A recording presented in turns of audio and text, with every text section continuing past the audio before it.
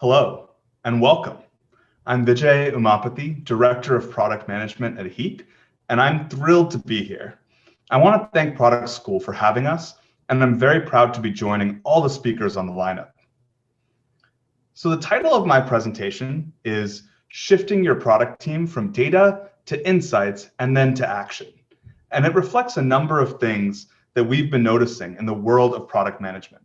For those of you who don't know Heap, we're a product analytics company that has pioneered a unique and powerful approach to analytics, one based on automatically capturing behavioral data, surfacing nuggets of knowledge from it, and blending that data with scientific processes to build an amazing product.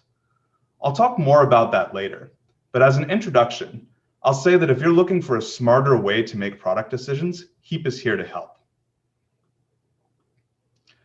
But back to insights. Now, one thing we've noticed across the analytics world is that lots of companies talk about data as if data itself is the be-all, end-all of good decisions. For many years now, the pitch has been that to make a great product, all you need is data. The promise was that simply having data was the same as building a better product. As if all you have to do is give your product teams the string of numbers on the left, and poof, out would pop a world-changing product. Of course, we know that's not true. Data by itself doesn't do anything.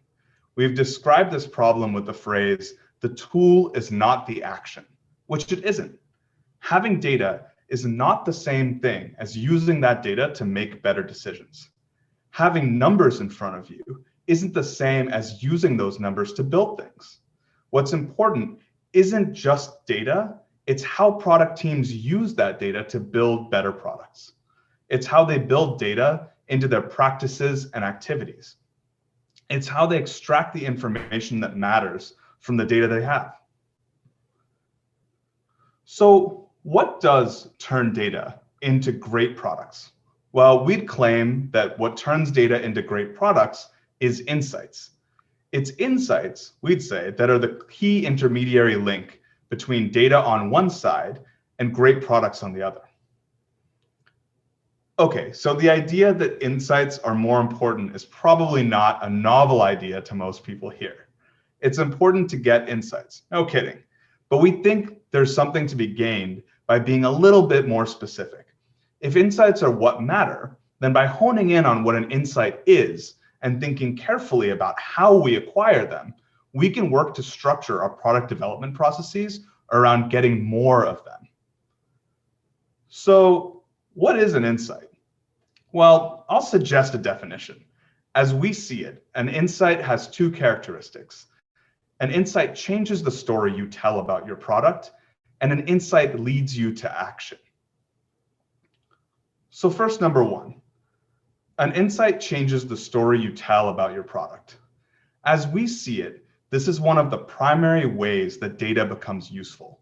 The idea is that you have a mental model, no matter how vague, about what your product is, what it does, who uses it, how they use it, and so on. And of course, you should have a strong mental model about these things. If you're not thinking about the person you're making a product for, and if you're not thinking about how they're using it, then well, you should be. In the case of Heap, for example, that story is Heap is for people who want to know what users do in their product, but don't want to have to wait months to find out. In time, your story becomes more detailed as you start to put together a story about not only what jobs people use your product for, but what things are easy for them, what things are hard, what things they wish were smoother or more powerful. Ideally, your story also gets more sophisticated about the people who use your product. As you start to figure out how people in different verticals, for example, use your product differently, or what things people who come from inbound marketing channels do that are different from people who come from outbound marketing channels. So what's an insight? An insight is a piece of information that challenges these presumptions or suppositions or understandings, and that changes this mental model about who your product is for and what those people do with it. It's a kind of cognitive dissonance that leads you to modify your understanding, or at least refine your understanding, so that you realize what you thought was easy about your product actually isn't, or that people who use your product in a slightly different way than you imagined, or that a specific group of people acts differently in your product than you had thought. So that's the first part of our definition. An insight changes your story about your product. Now that's great, but in our industry, a piece of knowledge isn't really meaningful if there's nothing to be done about it. That's why we have the second part of this definition. An insight leads you to action.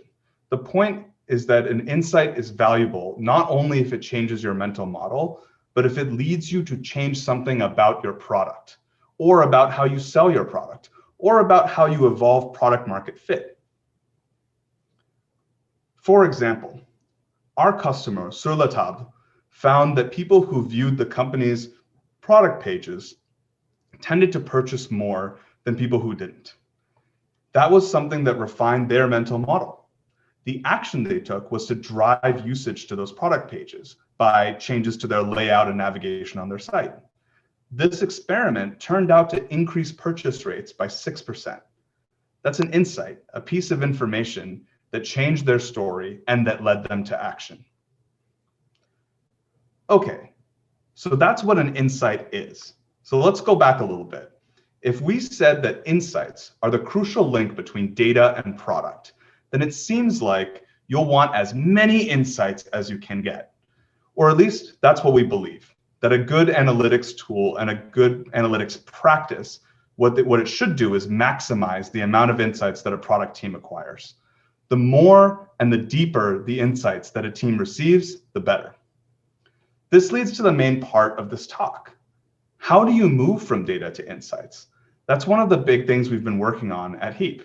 Again, lots of analytics and data companies pretend as if simply having the data is the same as creating insights, and it's not. Numbers by themselves are not insights. At Heap, we believe that insights come from combining technology and process, and we're working on helping product teams build out both of these. So in what follows, I'll lay out a few of the things that we're working on. So number one, make hypotheses and test with data. Of all the recommendations, this is arguably the most powerful because it means cultivating the right attitude, processes, and technology. The general idea with this approach is that if you're looking to change your story about your product, then you want to be testing everything about it. This is part of the standard scientific model. When scientists run experiments, the assumption is that the status quo is the null hypothesis. That's what we already think is true. Their job is to make hypotheses that prove that status quo wrong. This should be your job as a product team. If you want to get more insights, you need to be challenging your own ideas all the time. The way that you do that is to make hypotheses. Say you run a SaaS site. To promote a new feature, you run a blog series describing what that feature is, how people should use it, and what amazing benefits it will provide, and so on. Now, of course, in writing this blog series, your hypothesis is that putting it out there will increase activation. So what do? Well, if you want to test the efficacy of your hypothesis, you measure whether people who read this blog series are more likely to adopt this feature. If they are, great. Your hypothesis was proven correct. If they're not, then it's time to look at other methods of promotion and perhaps how to save your blog writers some time. This is just a small example, but the larger point is that you should be throwing out plausible ideas that challenge your given thoughts, and then use data to test the efficacy of those hypotheses. We love this approach. And in fact, we've actually developed and practiced a systematic way to develop and clarify product hypotheses. We built this out into 3 documents that you can go download at heap.io. They are the problem brief, the design brief, and the after action report. The problem brief is designed to build alignment around why you're solving a problem and frame your problem as a hypothesis about user behaviors that you want to change.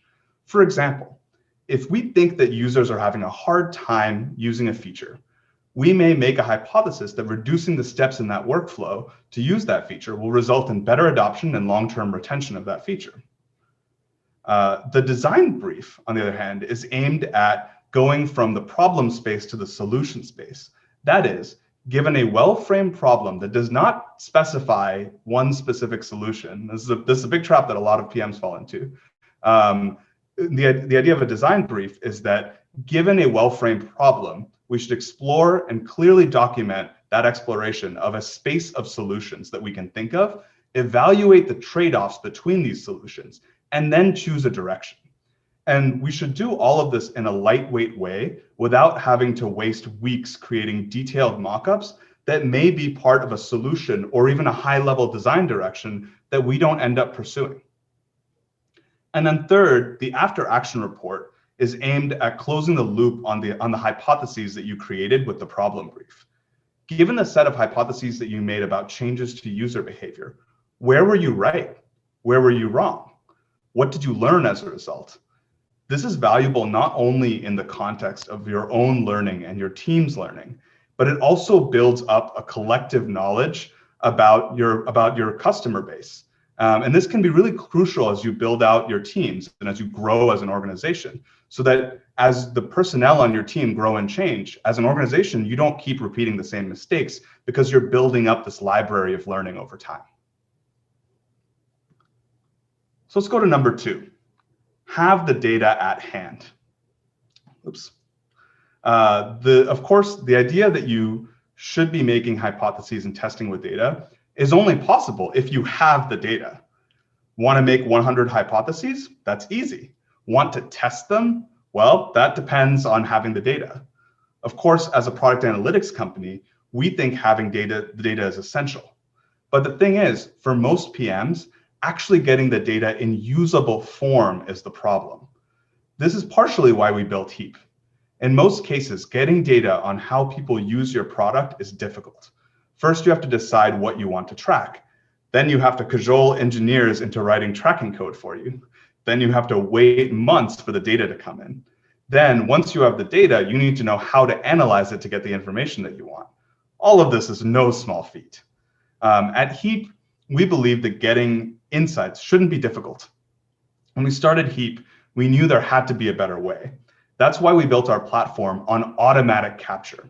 It's a technology that grabs user data immediately and automatically without the need for engineering resources.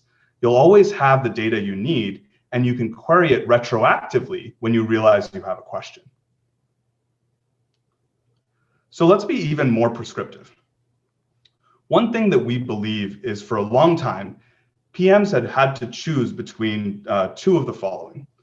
When it came to data, they could either have a complete data set, have trustworthy data, and have a data system that's easy to set up, or have a data system that's easy to set up and maintain. So choose your favorite 2 of these 3. For example, if you use Google Analytics, it's pretty easy to get going. And this is where most product teams start. Google Analytics free. It's free. Why not, right? And your user data is trustworthy, but it's not particularly complete. And you'll always miss out on the possibility of getting more insights, especially for questions that you didn't think to ask at the beginning when you were setting up Google Analytics. Or if you use a manually tracked solution, you can get a more complete data set. And because you're tracking everything by hand, it will likely be very trustworthy. But man, it would take you a long time to get there and a ton of work to maintain. So much work, in fact, that we've never met a company that was able to tag everything that they actually needed ahead of time. Hopefully you see the problems with this. Remember that an insight isn't just something that verifies what you already know. It's information that tells you something that you didn't already know. That's really the benefit of auto capture. It's not necessarily that you can more easily capture data about the things you don't know, or that you do know about, though it's good for that too. The real advantage of having all of your data at hand easily is that it can tell you things you don't already know about. Another way to say this is that to maximize the possibility of getting insights, which again is that goal, you need all 3 of these things: data that's complete, easy to set up and maintain, and trustworthy. For example, One of our customers, Lending Club, is a large peer-to-peer online lender. As you might expect, the process of applying for and receiving a large loan is complex and requires users to fill out dozens of form fields and provide a lot of information to apply. Naturally, there's a lot of drop-off in this process, and Lending Club wanted to reduce it. As it happens, Alan D'Souza, Director of Product Analytics at Lending Club, is a big believer in data. And as he and his team dug in, they realized that when people saw errors, these people tended to drop off. Okay, fair enough. Luckily, however, the team had lots of data around user behavior, and they noticed something interesting. After receiving an error, some people correct that error and move on, while others strangely dropped off entirely. So why was this? Well, it turns out that some people who received errors continued on as if they hadn't received an error. That is, those people kept trying to fill out the form without correcting the error. And sometimes they tried to do the same thing 3 or 4 more times before dropping off. This is pretty strange. So the team at Lending Club hypothesized that maybe these people weren't noticing the errors. Maybe the errors weren't being displayed prominently enough. As a result, people were getting confused and frustrated. So what did the team do? It made the errors more prominent. As a result, the conversion rates increased significantly. So the insight here is that people who were receiving errors were continuing on as if they hadn't. Seeing that people drop off isn't particularly compelling as an insight. Filling out a lot of forms is boring, and that in and of itself will deter people. Rather, the insight is that people who should be correcting errors were not doing that. That was the information that changed the story about the product and led to a specific action of making those errors more prominent. And that insight was only available because the team had the data at hand already when the question came up, and it was ready and usable for them in that moment. Okay, so finally, if you're going to make data usable to turn it into action, there are some steps that you can go through to make it happen. We describe this as organize the data, then deliver it. That is, make your data set clean and then put it in the right people's hands. And we're working really hard on this one. For example, a few months ago, we ran a campaign around data that sparks joy. These 2 slides came from a presentation by my colleague Milen, another PM at Heap. The first, toss the metrics that don't spark joy, is about enabling your team to collaborate around a shared data set that has many contributors by removing data that isn't useful to the group because it's no longer relevant after changes you've made to your product, no longer used by other teams, or other reasons. This stale data can actually make it harder for your team to get insights. So it's important and very easy in Heap to keep that data set tidy.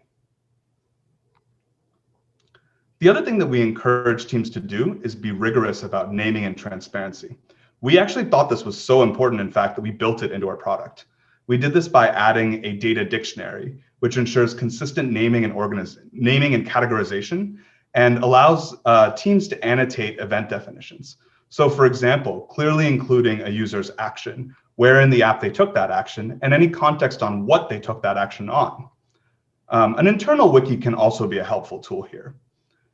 You can create and manage these things on your own, of course, but it is easier if they're part of your data tool. Finally, there's the other part of this strategy, deliver your data. I've been talking a lot about how to turn data into insights, but this part is actually more critical for turning insights into action. Take retention, for example. One of the things we've realized is that the information we derive from our analytics tools is often used by more than not just by our product teams, but by many other teams that are involved in retention efforts. Customer success teams, for example, have a huge role to play. So how do they know which customers to prioritize to minimize churn? Well, we highly advocate letting other teams make use of product analytics. Best, we recommend using customer data to align teams across your organization.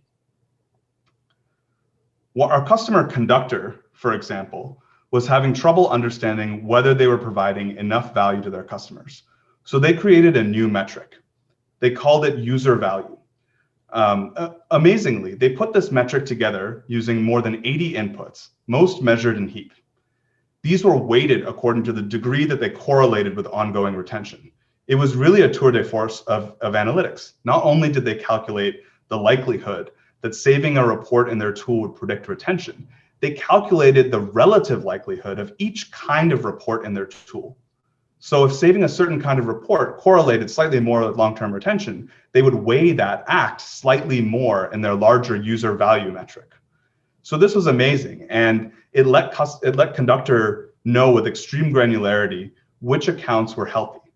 It also let the product team know which actions were more likely to move the needle on retention, so they could better prioritize their roadmap. How nice is that? More importantly, Conductor used our Salesforce connector to send this user value data into Salesforce. The effect was that the customer success team was able to itself use this data to know which customers to reach out to. They could easily pull up a list of customers and immediately know which ones were getting value from their product and which ones weren't. And they'd know all of this with reliable, quantitative information. So action doesn't need to be in your product. You should really also be thinking about the sheer number of person hours that are impacted by the data and the insights that you're creating. I started this talk by talking about insights and action. What Conductor did, organizing data to give them insights on customer usage and delivering it so that the whole company could take action, is about as impressive a scenario as it gets. This is true insights that help you make changes.